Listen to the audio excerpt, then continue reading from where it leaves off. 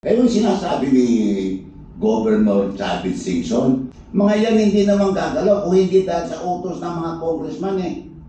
Naging congressman ako. Ngayon, ang hinahabol natin, yung mga kontratista at saka yung mga nasa public works. Bakit hindi yung mga congressman? Imagine, ilang bilyon ang pera niya. Nagpakasal ng anak niya sa Italy. Ha? Lahat ng congressman na bisita nila at his expense. Paano niya mapaliwanag niya kung saan galing ang pera na yan? Bakit hindi niyo pa-imbestiga? Gusto ko lang i-stress yung yung nangyayari sa itong mga flood control project, ghost flood control projects. Kasi itong ICI, kung sa bagay discredited na yan, no? Mismo yung ginagalang na membro nila, si former Secretary Dave Singson ay nag-resign. Meaning na it's not operating na gusto lang ipaalam sa ating bansa. Pero ang ating dapat tandaan ngayon ay ang hahabulin dito sa flood control project na GOS ay yung mga congressman at saka senator. Kasi ang dinidiin ng ICI at ang mga media ay ang mga contractors at saka yung mga DPWH o workers or officers. Mga yan hindi naman gagalaw kung hindi dahil sa utos ng mga congressman eh. Naging congressman ako, kung may project sa distrito ko, ako ang kumukuha ng budget.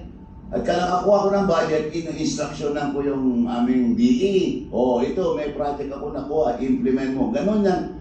Ngayon, ang hinahabol natin, yung mga kontratista at saka yung mga nasa public works. Bakit hindi yung mga congressman? Nabanggit naman eh. Di ba sinabi ni, pangalan ni Gutesa? Gutesa. Binanggit niya hindi lang si Santiago, si Tambalaslos. Di ba? Sinabi niya, nagbigay ako kay Tambalaslos, nagbigay ako kay... Binanggit pa niya si BBM. Si Gutesa? Hindi, basta binanggit niya si Nag-deliver sa malapit sa Malacanang. Si former Speaker Martin, binanggit niya, nagbigay ako ng bilyon. Ibinanggit niya kung sino yung mga congressman binigyan. Bakit hindi sila inimbestigahan? Bakit ang inimbestiga yung mga district engineer, assistant district engineer, ay yung mga yun, sumusunod lang sa utos ng mga congressmen at senators. Kaya yun ang dapat nyo tutukan.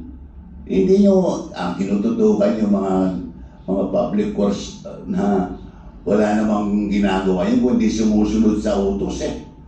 Siyempre, sabi niyo, gawin mo itong ito, 1% ka. Siyempre, wala ka namang magagawa. Sa akin, 15%, sa akin, 30%. Kaya dapat, tutukan nyo, lalo na kayo sa media, tutukan nyo yan. Huwag nyo pahintulutan na makalusot yung mga legislator dahil sila ang umpisa ng mga ghost flood control projects. Yung sinasabi ni Governor Chavez Singson, bakit hindi nyo tingnan yung sa Ilocos Norte? Ang laki-laki na nakuha pa allocation doon. Pero meron ba na-implement doon? Pumunta kayo ng Ilocos Norte. Tingnan nyo kung merong flood project na implement. Pero billions ang na-allocate dyan. Bakit hindi habulin si Sandro? Bakit hindi siyang habulin nyo? Bakit hindi siyang i-expose nyo? Focus on them. Kasi sila ang punot dulo ng ghost flood control projects. Yung mga contractors, siyempre, sinusunod lang nila ang utos. Sinusunod lang nila. Sabi, ito 1 billion.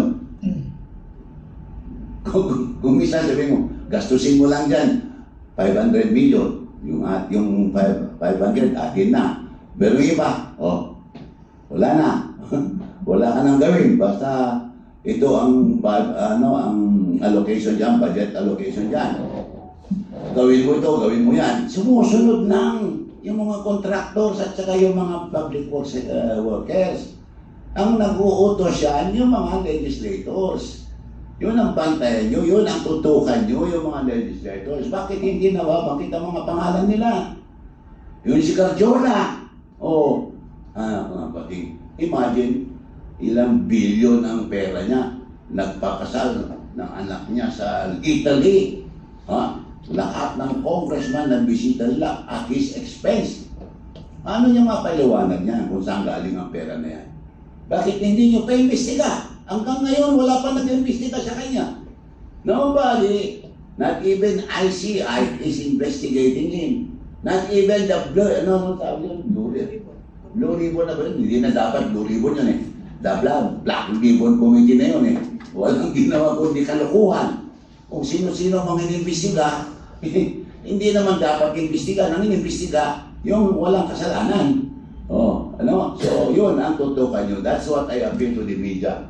Dito kayo very critical. Your role is very critical. To see to it that public opinion is focused on those who are really guilty of these ghost projects and all the forms of corruption being committed by this administration. Kabebot, singit ko lang, ano ang comment mo dahil nagsabi si Congressman Sandro Marcos, binabawi na niya yung authority na ilabas yung result ng executive session sa ICI. Ano sabi? Di ba nag-executive session, nagharap siya sa ICI, si Sandro Marcos. Ngayon, nag-request siya na executive session. Ngayon, at pumayag na ilalabas sa public. No. Pumayag na i-take. I-take. Para ilalabas. Ngayon, binabawi niya yung ano na yun, na wag na daw ilabas sa publiko yung result ng executive session. Kaya dapat yun ang tutukan ninyo, mga media or press and media. Diyan kayo very critical ang role nyo dyan. Kasi minsan naman kasi, sumusunod kayo sa scheme ng mga corrupt officials of government. Imbes na tutukan nyo yung mga dapat tutukan na nadadala kayo sa iba. Kaya hindi natin mahabol yung mga dapat habulin. Ayun lang, example na lang ni Governor Chavez Singson. Yung ilokos na billions na kanon dyan. Bakit hindi habulin? Binanggit ni Gutesa, binanggit ni Bryce. Bakit hindi habulin? Binanggit ni Vizcaya, Copol. Ilang congressman ang binanggit nila. Bakit hindi ina-imbestiga? Ang ina-imbestiga sila Vizcaya. Sila Vizcaya, sinusunod lang nila Request. ang utos sila lang ang ginagawang instrumento. Pero ang may pakulo niyan, itong mga legislators. Kaya kayo mga kaibigan namin sa media, do your job. Habulin nyo ang dapat habulin.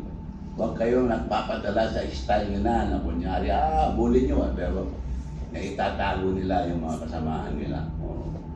Yun lamang po. Thank you very much. Penny? Medyo naging mainit at napakaganda po ng ating usapan ngayong araw. Siyempre, hindi natin pwedeng hindi pasalamatan ng ating mga kasamahan ngayong araw sa lahat ng nanonood at sumusuporta sa Kapihan sa PDP. Via po yung live natin sa Facebook, sa Zoom. Maraming salamat po sa inyong pagtungo at pagbisita sa Kapihan sa PDP. Sa lahat ng mga vloggers, media that is lagi po kayo nandito. Naging masaya ang usapan natin mula po sa mga trending issues, mga iskandalo, hanggang po sa mga budget issue, hanggang sa mga flood control, ghost project issue, at lalong-lalo na po yung usapin kanina po, usapang kalusugan. Sana po may mga idea at inspirasyon kayong natamo ngayong araw. At meron po ako sanang isa pong mensahe para po sa ating administrasyon, sa ating mahal na Pangulong BBM.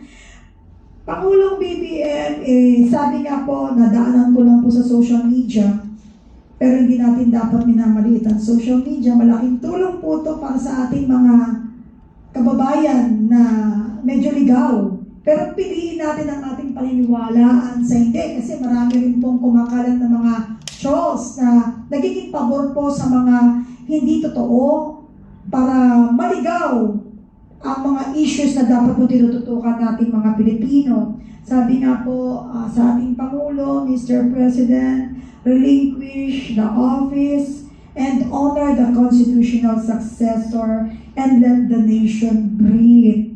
Gusto na po namin makahinga ng maluwag.